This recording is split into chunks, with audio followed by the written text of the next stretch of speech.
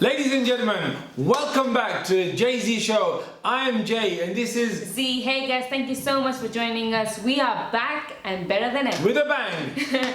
We are here to review Joker, starring Joaquin Phoenix and directed by Todd Phillips. Now, as you already know, that we are huge fans of the DC universe. Recently, we have watched a lot of Marvel films because I believe Disney has done such an amazing job that I feel like DC just, lost its way, with the failure of Suicide Squad and Batman, wasn't it? Yes.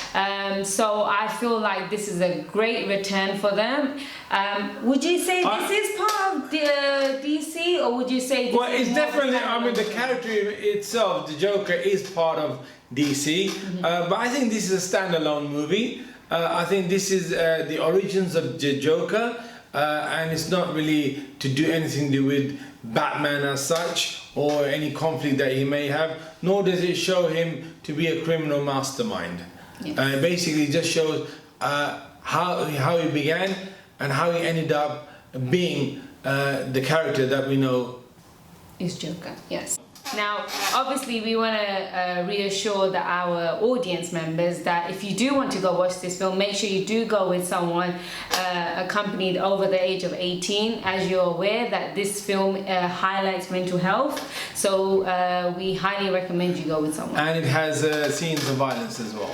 This film was not to undermine mental health, but in really show someone's journey of going through such a traumatic childhood and to his adulthood, from being bullied to being outcasted just because he was different. So this film encourages us to go discuss mental health, because it is something that in the community that has not been spoken of, and it is in this time, the time we're living in, is needed to be. Although I must say it was based in Gotham City, which doesn't really exist, but you could quite clearly say that it's pretty similar to cities like New York, etc., where you have a large population and basically you have towering buildings and your life is so fast, and yet you get these people who basically are just drifting through life with no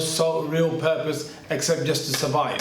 Learn from his character is that he was just an ordinary man trying to make a living and trying to look after his mother. Now, the relationship between his mother and him is very pure, and I think very innocent, because all he wants to do is look after his mother, who is mentally ill and physically unable to look after herself. You see Joaquin, aka Joker, in a different light to normally how you see Joker. So when watching this film, I felt that Arthur was attacked by society. I felt like he became Joker because of society. And what's important in this film is that he tries to find help. He goes to his weekly meetings, Social services. social services. He's trying to live a normal life by having a normal job. He's taking his medication. But he's always challenged. He's either bullied, he's either betrayed, abused, or just neglected. And what's really important here is that as a society, we need to learn how to get along with people. No, you want to get along, sorry. We need to learn how to behave with one another. That's I feel true. like that. I feel like we're living in a world now where we're so selfish that we don't even talk to our own neighbors to see how they are. And it's really important right now because, like in the film, the world is being run by billionaires, millionaires, and people who don't really understand what a normal life, a normal person is. Yeah. And basically what the film shows is that he's trying to cope in a society which basically has forgotten people like him. Social services are withdrawing funds, therefore he can't even go and see a social service person, and he loses his job. He can't get medication. But that's in the background. But then the film later on focuses on basically what drives him to become the evil criminal that he later becomes. Yeah. You who know me well know that I am a huge fan of Christopher Nolan's trilogy of the Batman.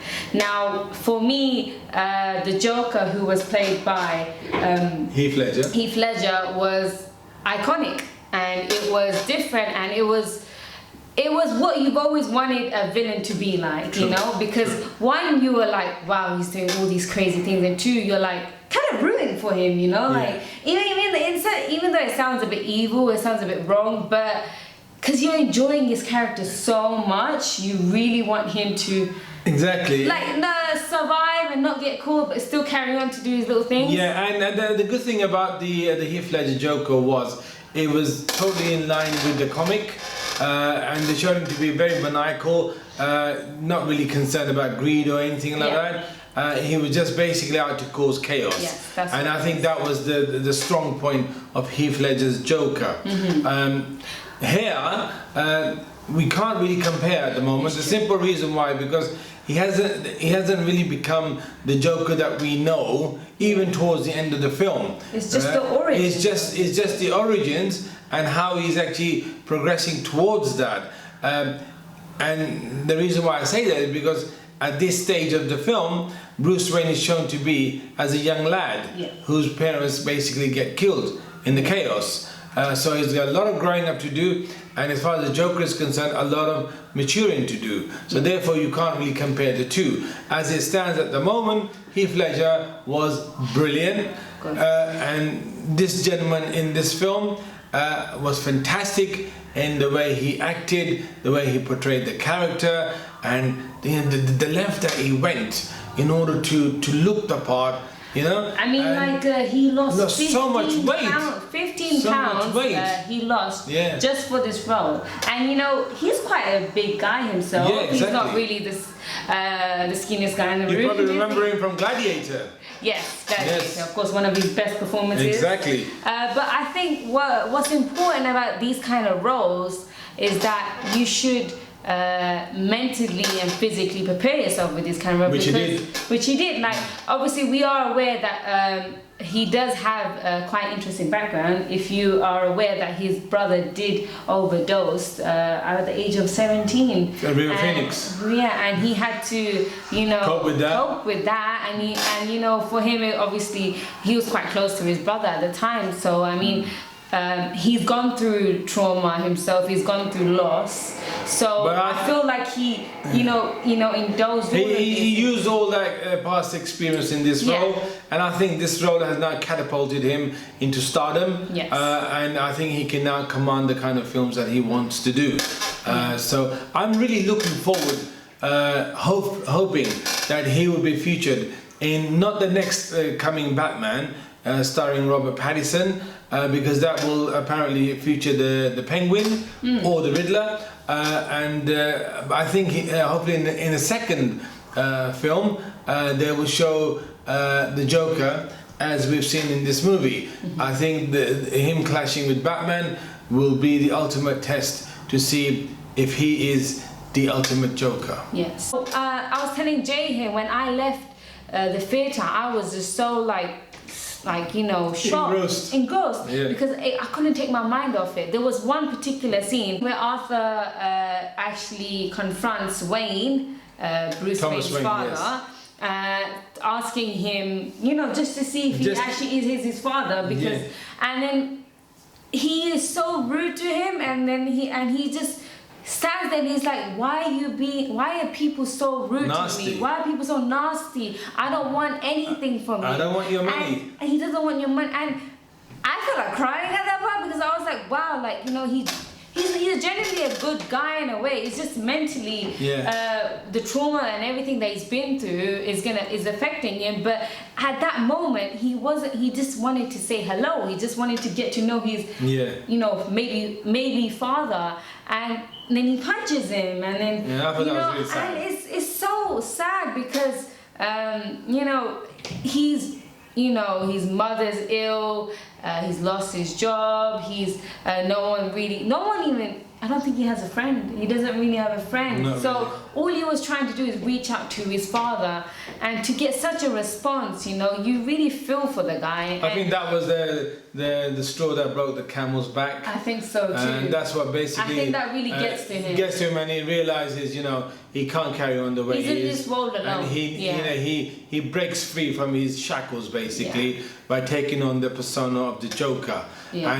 And my favorite bit is at the end when he goes on to the show hosted by Robert De Niro. Robert De Niro, and he's got so much confidence in the way he strides along, the way he sits down, the way he talks, the way he's dressed, you know? actually. So Can't tell you exactly what happens there afterwards, but that is the highlight. Even though this is a spoiler review, we still want, you know, we still don't want. We want you to enjoy it. We want you to enjoy it. Yes. And what it is that, okay, so let's talk about costume.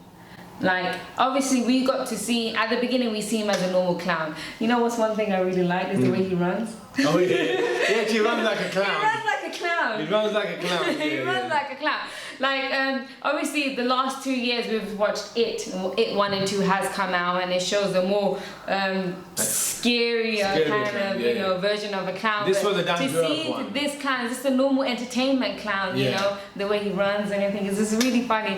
But yeah, so we see him as a normal clown makeup, white, you know, smile, everything, and then it slowly gets darker. His makeup gets darker, his hair goes a bit crazier, you know, and then towards the end we see him in full-on Joker makeup, in his true light, in his red suit, suit, I would say, maroon or red suit. I would say red suit. The green hair and the confidence comes out. I don't think we've ever seen him that confident, you know, and I think that really you know, shows that he had that was. Now, by that stage, he'd already come into his own, you know, fall. And there was no stopping him thereafter. I'm really looking forward to either the sequel or him coming into Batman 2. I think that's the next big thing. But you know, we would advise you to go and have a look. Look at this movie, enjoy it, see it for what it is, which is basically an artist showing his true acting ability. And I personally believe he deserves an Oscar for this. Definitely. Thank you so much for joining us. We really hope you enjoyed this review. Make sure you like, comment and subscribe. And if you have any queries, or do email us down below. You can see everything. And we hope you enjoyed the show. Yeah, and I hope to see you soon. Take care. Bye-bye.